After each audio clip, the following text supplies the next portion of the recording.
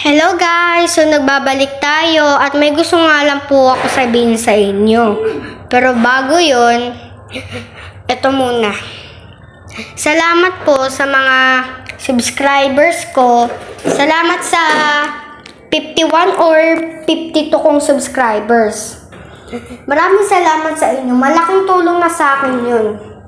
At sana sa susunod, maging 100 subscribers na tayo kasi ang goal ko lang naman ngayong 2024 ay magkaroon ng 100 subscribers.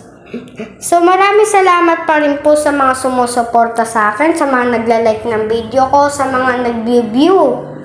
Kasi yung iba, marami yung view, yung iba kote. Pero okay lang po yun kasi hindi naman po ako magaling mag-edit.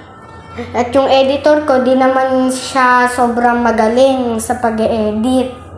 So, kaya, minsan ako lang nag-edit ng video ko. Kaya, eto, ako mag-edit na ito. Yung iba kasi, day off.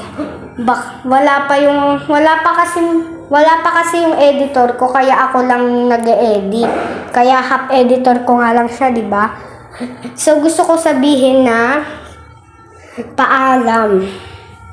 Paalam guys sa inyo kasi New Year, di ba? Happy New Year! Happy New Year sa inyong lahat. At kailangan ko naman magbakasyon. Pero salamat po sa mga nag-aantay ng uploads ko. Kahit po matagal ako mag-upload, inaabangan pa rin nila. Salamat po sa inyong lahat. Malaking tulong na po yun sa akin. At babalik po tayo sa January 10. Diba? Mabilis lang. Pagtapos ng bagong taon, 10 days na lang. Kasi alam niyo na, sa January may pasok. May mga homeworks, maraming gagawin.